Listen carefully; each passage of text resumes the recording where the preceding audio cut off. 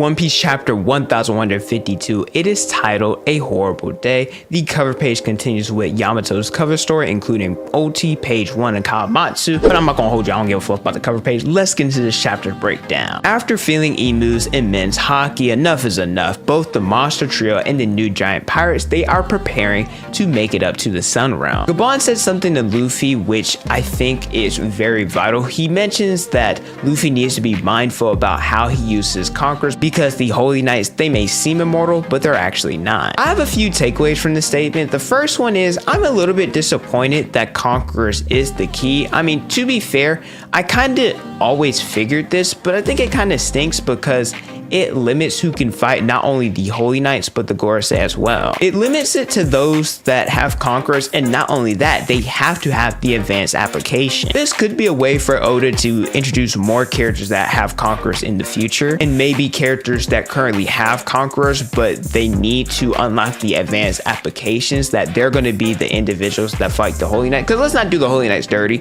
Shamrock, there's Gunko, Summers, other Holy Knights as well, they're fairly strong, and so different characters like Kobe, if he unlocks conquerors, which I think he will, Boa Hancock, she still needs to have that advanced version, and same with Kid. Whenever he makes it back in the story, it sets it up for strong characters to have to take on the Holy Knight. The second thing is, what the heck was Luffy doing at Egghead? I saw Mr. Morge have a tweet, and I'll put it on the screen, of course. It stood out to me because he stated that Luffy potentially wasn't using conquerors at Egghead, which would explain why he couldn't damage both the Gorosei and the Seraphim. But then I also think about what Gaban said to Zoro later on in the chapter about needing to understand haki more and using it consciously. So maybe it's more so that there's another application that is needed. I also believe that Loki also kinda confirmed this with the statement about fighting the Holy Knights. He stated that he fought them before, but the statement by Gaban here made Loki understand his power more. I understand it now. So at least to me, I think this confirms that both Loki is a conqueror and that there is another version that needs to be reached. Now, about the time where Loki fought against the Holy Knights, because I think a lot of people are going to think recently about how he was chained up, there was Gunko and Shamrock. I think that he fought the Holy Knights during the Harald flashback. With this conversation about conquerors going on, Gaban stated that there is another individual part of the group that has conquerors. RIP Sanji fans, bro, they had it rough during the week. It was just not good for them. If y'all want to take cover and come back when the Harald flashback's over, hey, I don't see a shame in doing it, right? Go ahead, cut your losses right now. At least I would have said that, but the official translations, they definitely make Sanji look 10 times better than what was in the scans. In this scene, Sanji, he immediately ran into Gaban and was like, hey, is it me? I'm tired of Zoro and Jinbei trying to steal my thunder. Like I said, clearly way better than him talking about being usurped or being surpassed. Instead of answering Sanji, Gaban just looks at Zoro and is like, hey, it appears that you're quite at ease with your conquerors. I love Zoro, I really do. He has this blank expression, looks at Luffy, looks at Gaban and is like, Me? I have conquerors? This question was so wild that Luffy started freaking out and was like, Zoro, your conquerors is flowing out of you. Now, I won't really touch on this in this video about this statement, but I did post a video where I went into details about Zoro's haki to flow, what's his next steps. I'll leave it in the description below. I just don't want to double bit it dip because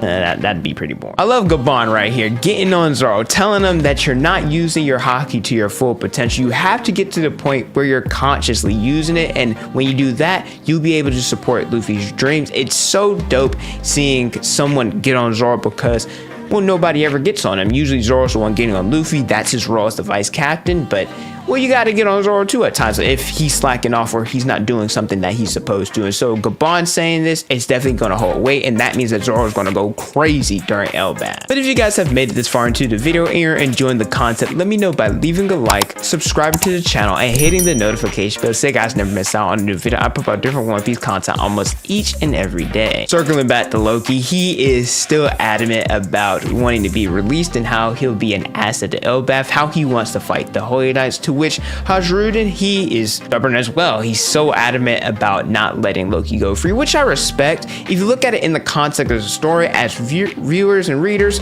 we see it from the bird's eye view. We know that Loki, he didn't do anything wrong. However, Hajrudin, he's only experienced, hey, that Loki, he did all these nasty things. And so I respect him for standing on business like, nah, I'm gonna handle Elbaph because we can't trust you, might sell us out to the world government. Luffy's watching the two go back and forth. He's like, all right, enough is enough. Loki, join my crew. If you do that, then Hajrudin, you can't be mad about me setting him free because he'll be working under me. This is honestly a galaxy brain play by Luffy. I can't even lie. I love Zoro and Sanji's expression right here. They're like, hey, I don't know if he can join the crew. He's too big. We don't got enough food.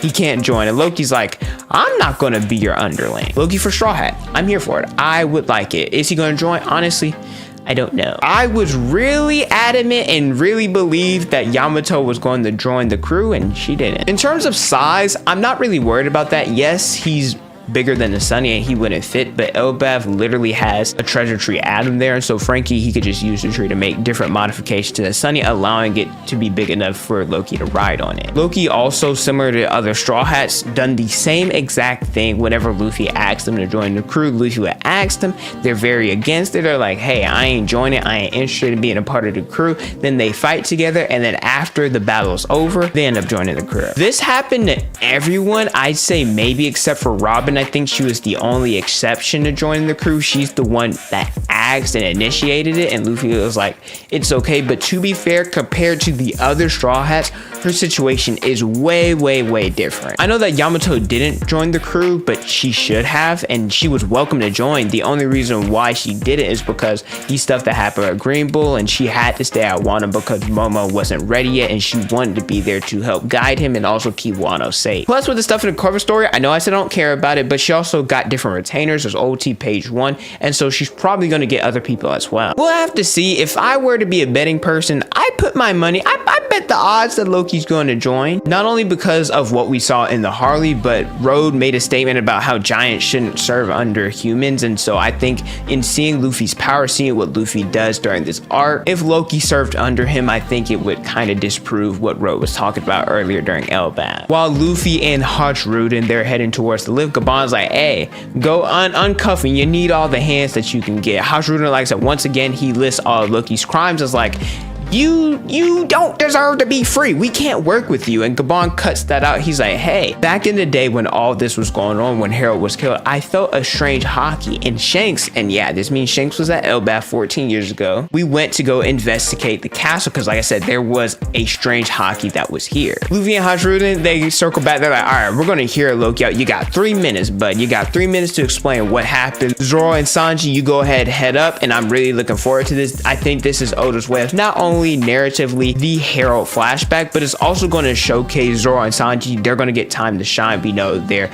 the wings of the Pirate King, is similar to what happened at Wano. They got to do stuff there. They got to do stuff in Egghead as well, but not really together. It was separate. They did their own thing, and so this is going to be them coming together, and they're definitely going to do their thing. Looking forward to that. We officially start the Loki flashback. It took place 14 years ago. Both Jarl and Loki, they were summoned to the castle.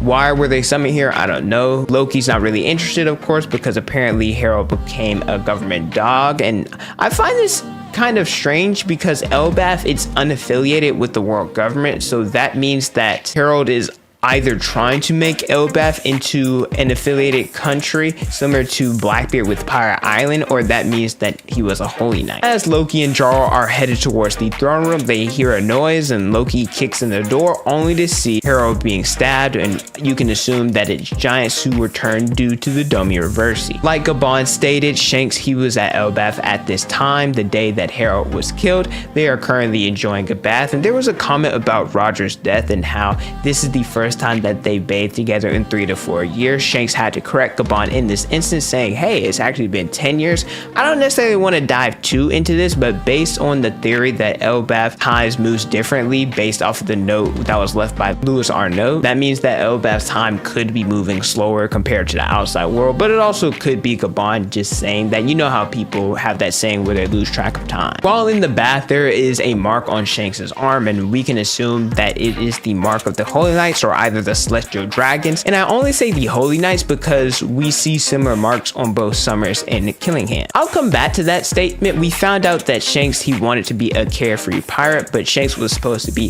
the child of fate, and Buggy says something similar, I believe back in chapter 1082. What if Shanks sacrificed his left arm, which tied him to potentially being the special person that he was supposed to be, and Luffy liberated him for that burden? Stay tuned, I'll probably try to make a video about it later this week. We also know that Shanks met with Harald at Mary Joa. This is probably whenever he returned to Holy Land. I believe Shamrock made a statement about that, and he said that they couldn't talk there, but he wants to meet Harald at Elbaph because there's something that's important that needs to be discussed. And lo and behold, whenever he said that, Harald, he got axed. We saw flashes, including Zoro getting stabbed in the head, what appears to be the devil fruit that Loki ate, and we'll probably get a little bit more about that. But we go back to the past even further and truly figuring out who King Harald actually was before he turned into this peace-loving giant. I imagine his character is going to get a complete 180, similar to Oda whenever he was introduced to Toki, meeting Whitebeard, gaining his retainers, etc. Because Harald, oh, this dude was scum. He was a jerk. We see him kick a giant